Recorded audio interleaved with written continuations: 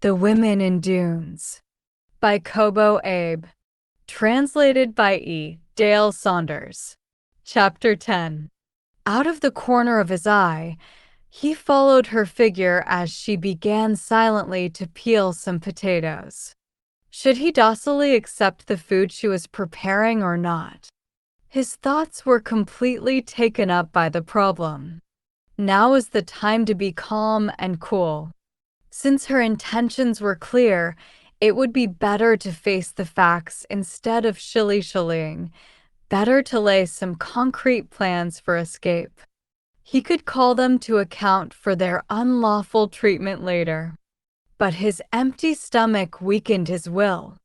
He could not concentrate his faculties. But if he didn't want to recognize, officially, the predicament he was in, then he should probably refuse all food too. It would be ludicrous to eat the meal when he disapproved.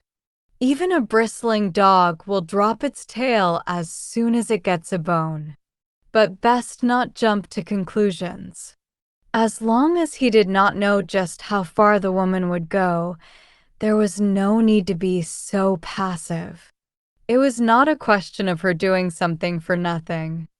He would certainly pay for his food.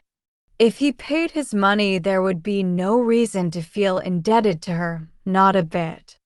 The announcers of boxing matches on television were always saying that attack was the best defense. With this inspiration, he was relieved to have found a good excuse for not refusing the food. Suddenly his mind cleared and he saw everything. Only the sand was his enemy. Yes, that was it. There was no particular need to pose unreasonable problems to be broken through like iron bars. They had taken away the rope ladder. Very well, he would make a ladder of wood. If the sand wall were too steep, then he would make the incline more gentle by scraping away the sand. If he would only use his head a little, it would all be easy. The plan seemed overly simple, but as long as it fitted his purpose, the simpler it was the better. The best solution, take Columbus and his egg, is often ridiculously simple. If he did not mind the trouble, if he really would fight, well, the game was not over yet. The woman had finished peeling the potatoes. She diced them and put them into a big iron pot over the hearth, along with a large sliced radish, leaves and all. She carefully took a match out of a plastic bag, and after using it, she wrapped up the bag tightly again and fastened it with a rubber band. She put rice in a sieve and poured water over it, probably to wash away the sand. The pot began to make a bubbling sound, and the pungent smell of radish hung in the air. There's some water left over. Would you like to wash your face? No, I'd rather drink it than wash my face in it. Oh, I'm sorry, but I keep the drinking water separate. From under the sink, she took a large kettle which was swathed in plastic.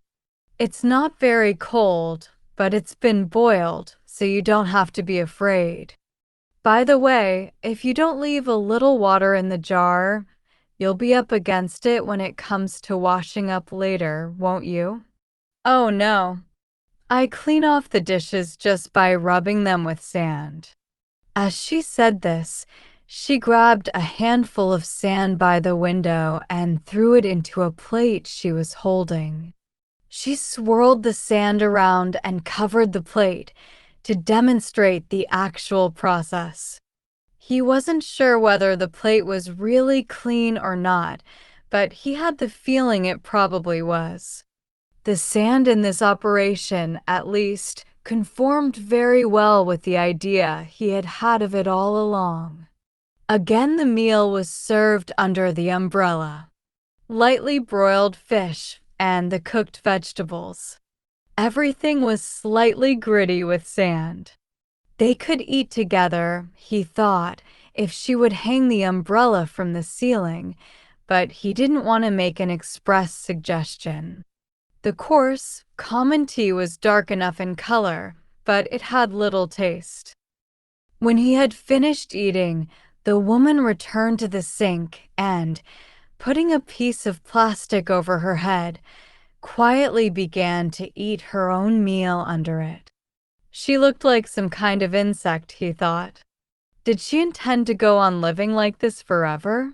From the outside, this place seemed only a tiny spot of earth, but when you were at the bottom of the hole, you could see nothing but limitless sand and sky. A monotonous existence enclosed in an eye. She had probably spent her whole life down here, without even the memory of a comforting word from anyone. Perhaps her heart was throbbing now like a girl's because they had trapped him and given him to her. It was too pitiful. He was tempted to say something to her. For the time being, however, he decided to have a smoke, and he lit a cigarette. It would certainly appear that plastic was a necessity of life here. He got the match to light, but the cigarette had become unsmokable. He took strong drags on it, sucking in his cheeks between his teeth. Yet no matter how he puffed, he got only the taste of smoke, an extremely greasy smoke that irritated his tongue. The cigarette was worse than useless. The experience quite spoiled his frame of mind and took away any desire he might have had to speak to the woman. She attended to the dirty dishes, placing them on the earthen floor and slowly heaping up sand on them. Then she said hesitantly, "I'm going to have to begin right away getting the sand down from the ceiling." Getting the sand down? Oh, well, that's all right with me. He wondered indifferently why that should have anything to do with him now. It didn't concern him if the beams rotted and the roof fell in. "If I'm in your way, do you want me to move somewhere else?" "I'm sorry, but would you mind?" She needn't pretend. Why didn't she show even a little of her real feelings? In her heart, she probably felt as if she had bitten into a spoiled onion. But she was expressionless as she swiftly, with an accustomed movement, wrapped a towel folded in two around the lower part of her face and tied it behind her head. She put a whisk broom and a small piece of wood under her arm and climbed up on the partition of the closet, which had only half a door remaining. Abruptly, he exclaimed, "Frankly, I'm convinced we'd both feel much better if this house fell to pieces." He was surprised himself at his peevish outburst, and the woman turned and looked at him with an even more startled look. Well, apparently she had not yet turned quite into an insect. On he went. "No, I'm not particularly angry at you. It's the whole business. I don't like this scheming where you people think you can put a man in chains. Do you realize what I'm talking about? No, it doesn't make any difference whether you do or not. I'll tell you an amusing story. I used to keep a worthless mongrel at my boarding house. He had a terribly thick coat that scarcely shed even in summer. He was such a sorry sight that I finally decided to cut his hair. But just as I was about to throw away the hair that had been cut off, the dog, I wonder what could have been going on in his mind, suddenly let out a pitiful howl, took a bunch of hair in his mouth, and ran into his house. He probably felt that the hair was a part of his own body, and he didn't want to be separated from it. He furtively observed the woman's expression. However, she made no attempt to move, remaining bent over in an unnatural position on top of the partition. Well, let it go. Everyone has his own philosophy that doesn't hold good for anybody else. Go on working your fingers to the bone with your sand sweeping or whatever else you will. But I can't stand it. I've had enough. I could get out of here easily if I wanted to. And I've just run out of cigarettes. Oh, I wanted to say, about the cigarettes, she said, awkwardly and submissively, when they deliver the water later. Cigarettes? Do they bring you cigarettes too? He laughed in spite of himself. That's not the question. I'm talking about the tufts of hair. Tufts of hair. Don't you understand? What I'm trying to say is that there's no sense in such futile concern over a tuft of hair. She was silent. She showed no sign of offering any explanation. She waited a moment, and when it was evident he had stopped speaking, she slowly turned as if nothing had happened and resumed her unfinished work. She slid back the cover over the top of the closet and crawled up, working the upper part of her body into the aperture with her elbows and wiggling her legs clumsily. The sand began to fall in thin rivulets here and there. He had the feeling that there was some strange insect inside the ceiling. Sand and rotted wood. No, thank you. He had had enough of strange things. Then from one corner of the ceiling the sand began to pour out dizzily in numerous tape-like streams. The strange quietness was in eerie contrast to the violence of the flow of sand. The holes and cracks in the ceiling boards were quickly raised in exact relief on the straw matting. The sand burned in his nose and irritated his eyes. He fled out of the house. Suddenly, he felt as though he were melting away from his feet upward into a landscape of flame. But something like a perpetual shaft of ice remained in the center of his body. He felt ashamed in some way. An animal-like woman, thinking only in terms of today, no yesterday, no tomorrow, with a dot for a heart. A world where people were convinced that men could be erased like chalk marks from a blackboard. In his wildest dreams, he could not have imagined that such barbarism still existed anywhere in the world. Well, anyway, if this was a sign that he was beginning to regain his composure and recover from his initial shock, his qualms of conscience were not a bad thing. But he must not waste time. If possible, he would like to finish before it got dark. Squinting, he measured the height of the sand wall quivering behind a film of heat waves like molten glass. Every time he looked at it, it seemed to grow higher. It would be hard to go against nature and try to make a gentle slope abrupt. He only wanted to try to make a steep one more gentle. There was no reason to hang back. The best way to do it, of course, would be to shave it down gradually from the top. Since this was impossible, he had no choice but to dig from the bottom. First, he would scoop out a suitable amount of sand from below and wait for the sand above to cave in. Then he would scoop more out and again let the top fall in. If he repeated this again and again, the ground level he stood on would gradually rise and ultimately reach the top. Of course, he might also be carried away by the flowing sand in the midst of the operation. But no matter how much sand flowed, it still wasn't water, and he had never yet heard about anyone being drowned in sand. The shovel was standing with the kerosene cans against the outside wall that went around the earthen floor.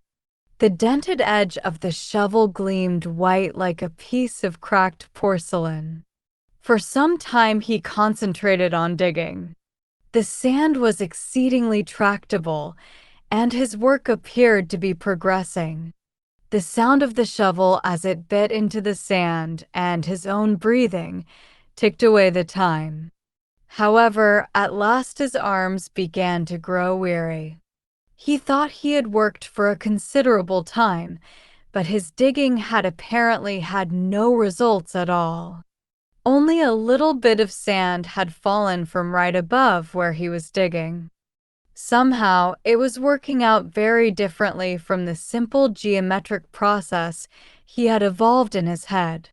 Rather than worry further, he decided to take advantage of a rest period and put his theory to the test by constructing a model of the hole. Fortunately, materials were plentiful. He chose a spot in the shade of the eaves and dug a hollow about a half-yard wide. But the incline of the slope did not make the angle he had anticipated. It was only 45 degrees at the most, about like a wide-mouthed mixing bowl. When he tried scooping sand from the bottom, the sand flowed down the sides, but the incline remained the same. There would appear to be a fixed angle for sand.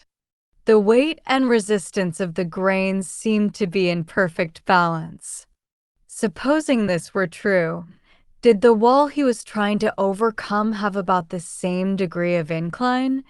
No, that could not be. It might be an illusion, but it could not be true. When you looked at any incline from below, it obviously appeared less than it actually was. Then, shouldn't he perhaps consider it to be a question of quantity? The pressure would naturally change with different amounts of sand. If the pressure changed, a variation in the balance of weight and resistance would naturally occur. Perhaps it depended on the nature of the sand grains. Clay that has been packed down and clay from a natural deposit have completely different resistance to pressure. Furthermore, he had to consider the question of moisture. In short, another law was probably functioning, different from the one that applied to the model he had made. Despite his failure, the experiment was not completely in vain. The very fact that he now realized that the slope of the wall was in what he might call a superstable state was an important find. Generally, it is not particularly difficult to make a superstable state into a normally stable one. A supersaturated solution, just by being shaken, at once produces a crystalline precipitate and moves toward the normal saturation point. Suddenly, he had the feeling that someone was near. He turned around. He had been unaware of the woman, who was standing in the doorway staring fixedly at him. He was understandably embarrassed and took a step back in confusion, glancing around as if in search of help. He raised his eyes, and there at the top of the east bank were 3 men, all in a row, looking down at him. They wore towels wrapped around their heads. As they were not visible from the mouth down, he could not be sure, but they seemed to be the old men of the day before. At once he straightened up, but just as suddenly he changed his mind and decided to ignore them and go on with his work. The fact that he was being watched spurred him on. The perspiration ran into his eyes and dripped from the end of his nose. Since there was no time to wipe it away, he just closed his eyes and shoveled. Under no condition must he rest his arms. When they saw his unflagging pace, they would realize, unless they were dimwits, how despicable they were. He looked at his watch. He wiped it against his pants to remove the sand on its face. It was only 2:10.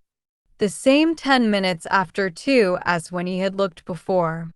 He suddenly lost confidence in his pace. From a snail's point of view, the sun probably moves with the speed of a baseball. He changed his grip on the shovel, and, turning back again to the wall, he set frantically to work. Suddenly the flow of sand grew violent. There was a muffled sound and then a pressure against his chest. He tried to look up to see what was happening, but he no longer had any sense of direction. He was only dimly aware of a faint milky light playing over him as he lay doubled up in the black splotch of his vomit. Chapter 11. Jabu, Jabu, what sound is that? It's the sound of the bell.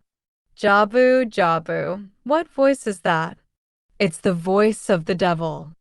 The woman sang as if murmuring to herself, tirelessly repeating the same verses as she scooped the slime from the water jar.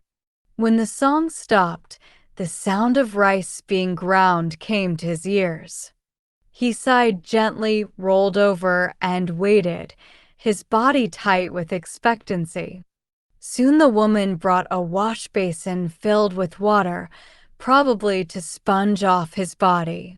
His skin, which was puffy from sand and perspiration, was becoming inflamed. He lay there anticipating the cool, damp towel. He had been in bed ever since he had fainted in the sand.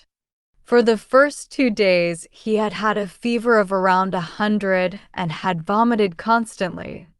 But on the following day, the fever had dropped and he had partially recovered his appetite.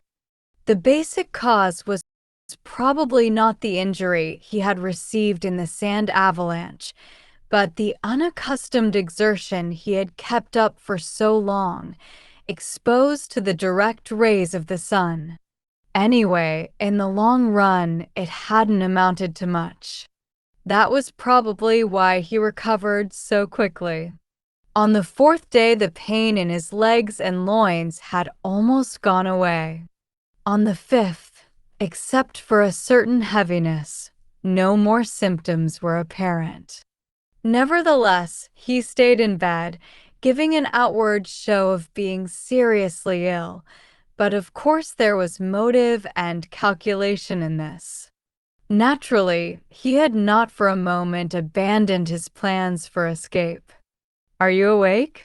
She was calling to him timidly.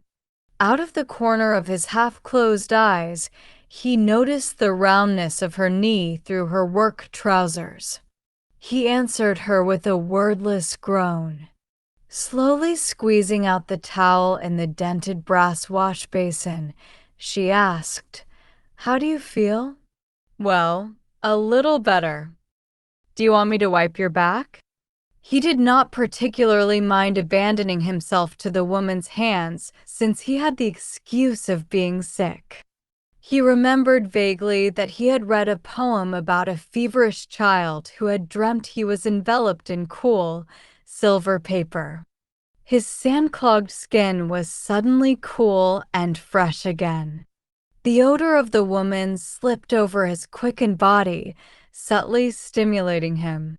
Even so, he could not completely forgive her. This feeling for her was one thing, but what she had done was another, and he had to distinguish between them, at least for the time being. His 3-day holiday had already gone by. It was no use struggling anymore. The failure of his first plan to level off the sand slope by breaking down the cliff was due to lack of preparation as much as anything. It would have worked well if not for the sunstroke. But the labor of digging out the sand had been more exhausting than he had imagined. He had to adopt a more workable method, and thus he had hit upon this feigned illness. When he had recovered his senses, he had been somewhat displeased to realize that he had been put to bed in the woman's house. The villagers apparently had no intention of showing him any sympathy.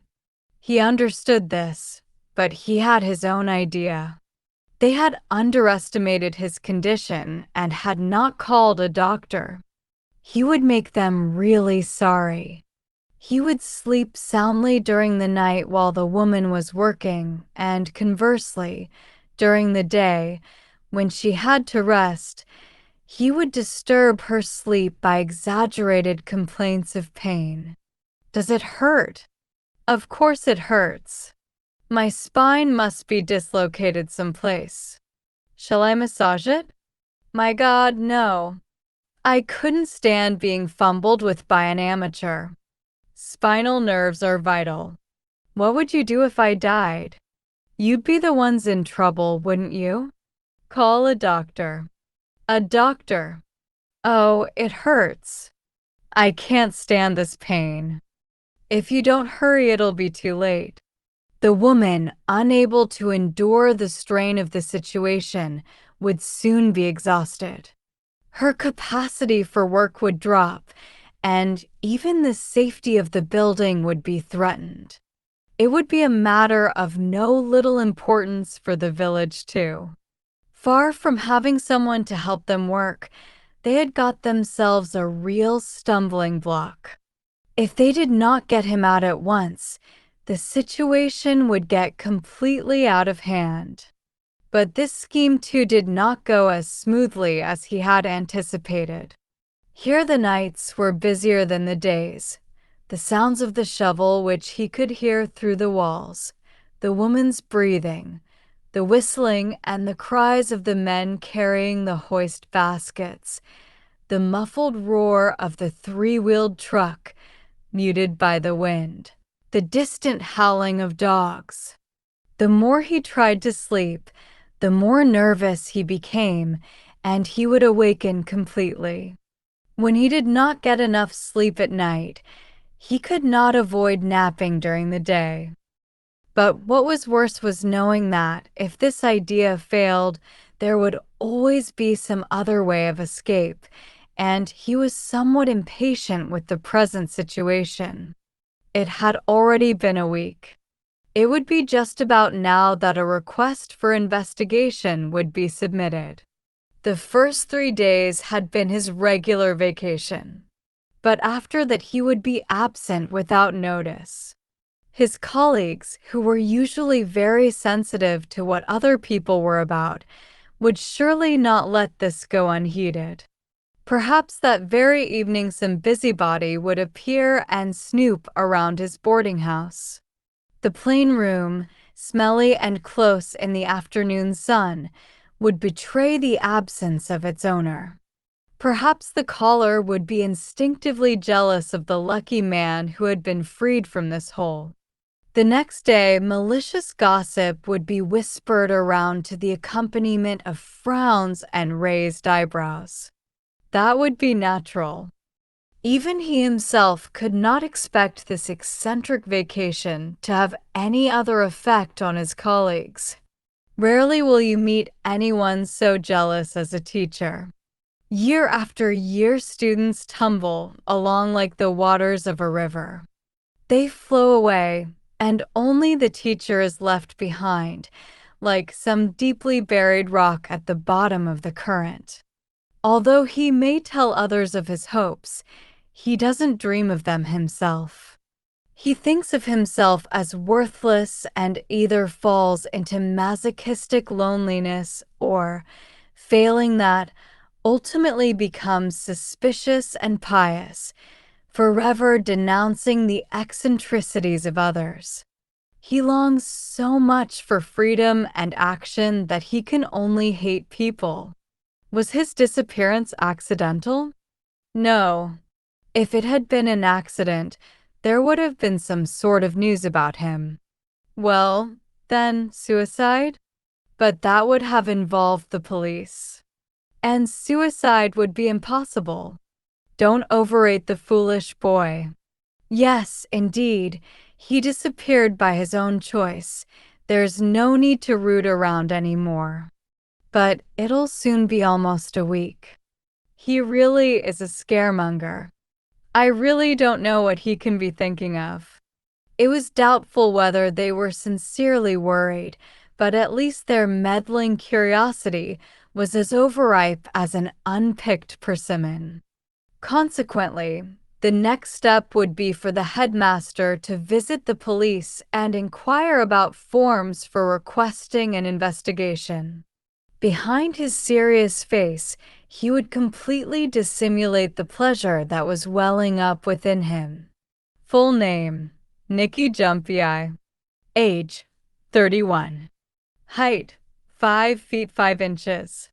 Weight, 140 pounds. Hair, slightly thin, worn straight back, no hair oil. Eyesight, right 20/30, left 20/20. Color of skin, darkish. Features, long face, a slight cast to the eyes, snub nose, square jaws. No other special characteristics except for a conspicuous mole under the left ear. Blood type, AB. Speaks thickly with a stammer. Introverted, stubborn, but not especially inept socially. Clothing, perhaps dressed for entomological work. The full-face photograph attached above was taken 2 months ago. Of course, even the villagers must naturally have some countermeasure in mind, for they had dared involve themselves in such a mad venture. It would be easy to fool a couple of country policemen. They must have taken some precautions to prevent them from coming around on trifling matters. But this kind of smokescreen was necessary and effective only so long as he was healthy and able to stand the work of shoveling sand. It was not worth the risk of hiding a seriously sick person who had been laid up a week as he had. If they decided he was useless, it would be advisable for them to dispose of him at once before it became too troublesome. At this point, they could cook up a story. They might say that he had been seized by strange hallucinations caused by the shock of having fallen by himself into the hole, and this explanation would be far more acceptable than his own fantastic complaints that he had been trapped and imprisoned. Somewhere a cock crowed and a bull lowed shrilly, but in the sand hollow there was neither distance nor direction. The ordinary, normal world was outside, where children played, kicking stones along the roadside, and where roosters proclaimed the end of night at the proper time. The colors of dawn were beginning to mingle with the fragrance of cooking rice, and the woman was ardently scrubbing him. After a rough wiping with a wet towel, she scoured him as if she were polishing window glass, twisting the towel tightly until it was like a piece of wood. In addition to the sounds of morning, the rhythmical sensation of the rubbing brought him little by little to an irresistible drowsiness. By the way, he stifled a yawn which seemed to be forcibly wrenched from within him. It's been such a long time. I would like to see a newspaper. What do you think? Do you suppose there would be any way of getting one? Well, I'll ask later. He realized very well that she was trying to show she was sincere. He was distinctly sensitive to her concern lest she hurt his feelings, which showed in the diffident tone of her voice. But it also irritated him profoundly. Would she really ask? Didn't he have the right to read a newspaper if he liked? He pushed her hands away, railing against her, carried away by an impulse to upset the wash basin and its contents. But getting angry at this point would spoil things. A seriously ill person would hardly get so excited over a newspaper. Of course, he did want to see a paper. If there was no scenery to look at, it was only natural to want to see pictures of scenery at least. He had read in various books how landscape painting had developed in naturally spare country and how newspapers had come out of industrial areas where human relations were anonymous. Moreover, he might have the luck to find announcements of missing people, or, better yet, an article on his own disappearance might even grace a corner of the social columns. Of course, the villagers could not be expected to pass him willingly a newspaper which carried an article like that. In any case, Patience was the most important thing now. Certainly, pretending to be ill was no fun. It was like holding a taut spring enclosed in your hand. You couldn't stand it indefinitely. He could not let things go on as they were. He must really make them realize how responsible they were for him. He would see to it, starting this very day, that one way or another the woman would not get a wink of sleep. Don't sleep. You mustn't go to sleep. He stretched and gave a long, drawn-out groan. Chapter 12. Under the umbrella that the woman had set up for him, he sipped a tongue-burning soup containing bits of seaweed. A precipitate of sand remained in the bottom of the cup. His memory had completely stopped functioning. Then it had gotten confused with a long, oppressive dream. In the dream, he was astride an old, used chopstick, floating down some unknown street. It was not bad on the chopstick, rather like riding a scooter, but when he relaxed his attention, he suddenly lost his buoyancy. The street was a dull red near at hand, and in the distance a hazy green. Something in the combination of colors disturbed him. At last he arrived at a long wooden building that looked like a barracks. The smell of cheap soap floated in the air. He mounted the stairs, hitching up his trousers, which seemed about to slip off, and came to an empty room containing only a long, narrow table. About 10 men and women were seated around the table enthusiastically playing some game. The player in the center was dealing cards from a deck. At the end of the deal, the dealer suddenly gave him the last card and cried out. He took the card involuntarily and looked at it. It was not a card at all, but a letter. The letter had a strange, soft feel to it. When he exerted pressure with his fingers, blood came spurting up. He screamed out and awoke. His vision was obscured by a dingy, mist-like film. There was a crackling noise of dry paper as he moved his body. His face was covered with an open newspaper. Damn, he had fallen asleep again. A film of sand fell from the surface of the paper when he brushed it aside. From the quantity of sand, it would seem that quite some time had gone by. The slant of the sun's rays piercing through the cracks in the wall told him it was about noon. But what was that smell? He wondered. New ink? Impossible, he thought, yet he glanced at the date line. Wednesday, the 16th. It really was today's paper. It was unbelievable, but it was true. Then the woman must have passed along his request. He propped himself up with an elbow on the mattress, which had become sodden and sticky with perspiration. All kinds of thoughts at once began to whirl around in his mind, and he tried in vain to follow the print on the long-awaited paper. Increased agenda for the joint Japan-America Committee? How in heaven's name had the woman managed to get her hands on this paper? Could it be true that the villagers were beginning to feel they owed him something?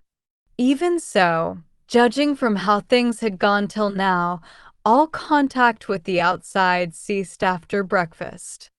Did the woman have some special way of communicating with the outside that he did not yet know of? Or, failing that, did she herself get out and buy the paper? It must certainly be one or the other. Drastic measures against traffic jams, but just a minute. Supposing the woman had gone out, it was inconceivable that she could have done it without the rope ladder. He didn't know how she had managed it, but one thing was certain: a rope ladder had been used. A prisoner dreaming of escape was one thing, but how could the woman, a resident of the village, put up with losing her freedom of movement? The removal of the rope ladder must be a temporary measure to keep him imprisoned. If that were so, and if he could keep them off guard, someday the same opportunity would occur again. Ingredient in onions found effective in treatment of radiation injuries. His strategy of pretended illness seemed to have produced an unexpected return. Everything comes in time to him who waits. They put it well in the old days. But somehow he did not react to the idea. Something in him was still unsatisfied. Perhaps it was the fault of that weird, terribly upsetting dream. He felt strangely uneasy about the dangerous letter. But was it dangerous? Whatever could it mean? However, there was no use worrying every time he dreamt something.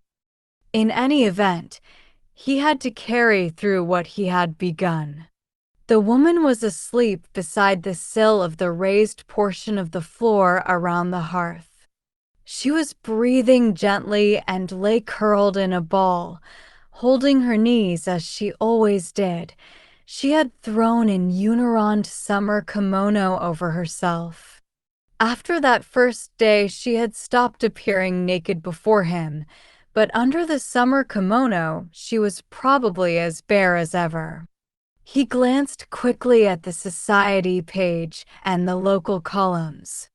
Of course, there was no article on his disappearance, no missing person notice. But he had expected as much, and so was not particularly discouraged. He quietly arose and stepped down on the earthen floor. He was wearing only baggy, half-length drawers made of synthetic silk, and the upper half of his body was completely bare. It was definitely the most comfortable way to be. Sand had accumulated around his waist where he had tied the drawstring, and the skin there was inflamed and itchy. He stood in the doorway and looked up at the walls of sand. The light thrust into his eyes, and the surroundings began to burn yellow. There was not a sign of man or rope ladder. That seemed natural. He checked, nonetheless, just to make sure. There was not even a sign that the rope ladder had been let down. Of course, with a wind like this, it wouldn't have taken 5 minutes for any trace to disappear. Just outside the doorway, the surface of the sand was continually being turned under as though there were some current. He came back in and lay down. A fly was flitting about. It was a tiny light pink fruit fly. Perhaps something was spoiling somewhere. After he had moistened his throat with water in the plastic-wrapped kettle by his pillow, he addressed the woman. "Would you mind getting up a minute?" She jumped up trembling, letting the summer kimono fall open to her waist. The veins stood out blue in the sagging, but still full breasts. Flustered, she adjusted her kimono. There was a vague look in her eyes, and she did not seem fully awake yet. He hesitated. Should he question her now about the ladder? Should he raise his voice in anger? Or should he adopt a mild, inquiring tone, at the same time thanking her for the newspaper? If his goal were simply to prevent her from sleeping, then it would be best to go at it rather aggressively. He had missed the mark with his feigned illness, for his behavior was scarcely that of a man who had dislocated his spine. What he had to do was make them recognize that he was no longer of any use for work, at all events, get them to relax their vigilance. They had softened to the extent of giving him a newspaper. He had to break down their resistance even more. But he was summarily disappointed in his expectations. "No, of course I don't go out. The men from the farm co-op happened to deliver some wood preservative I ordered a while back, and I had a chance to ask them. Only about 4 or 5 houses take newspapers in the village. They had to go all the way to the store in town to buy it. It was not impossible that things had happened so. It was rather like being shut up in a cell with a lock that had no key. If even the people of the region themselves had to put up with imprisonment, then the precipitous wall of sand was no laughing matter for him. He became desperate and insistent. "This is amazing. This is your house, isn't it? You're not a dog. It should be nothing for you to come and go freely, should it? Or have you done something so bad you don't dare show your face to the villagers?" Her eyes opened wide in surprise. The glare was so strong that they were bloodshot and red. "Certainly not. It's nonsense to think I don't dare show my face." "Well, there's no reason for you to be so timid. But there isn't any reason to go out. You can at least take a walk." "A walk?" "Yes, a walk. Wouldn't it be enough just to walk around a little?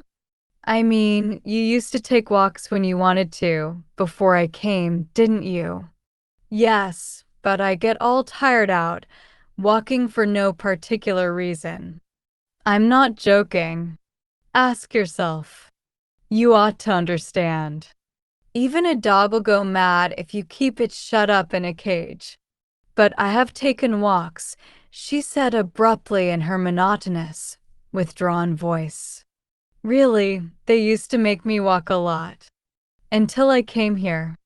I used to carry a baby around for a long time. I was really tired out with all the walking." The man was taken by surprise. Indeed, what a strange way of speaking. He was unable to answer when she turned on him like that. Yes, he remembered, when everything was in ruins some 10 years ago, everybody desperately wanted not to have to walk. And now, were they glutted with this freedom from walking? He wondered. And yet, even the child who wanted so desperately to go picnicking cried when it got lost. The woman suddenly changed her tone and said, "Do you feel all right? Stop looking so stupid." He was angry. He wanted to make her admit her guilt even if he had to force it out of her. At the very thought, his hair bristled and his skin felt scratchy like dry paper. Skin seemed to establish an association of ideas with the word force. Suddenly she became a silhouette cut out from its background.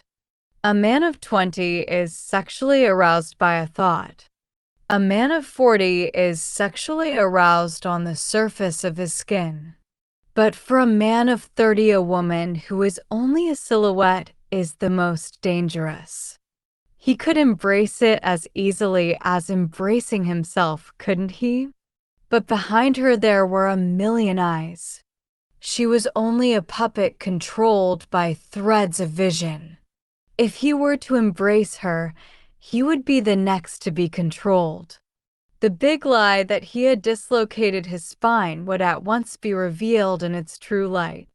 He could not stand to have his life stop even in a place like this.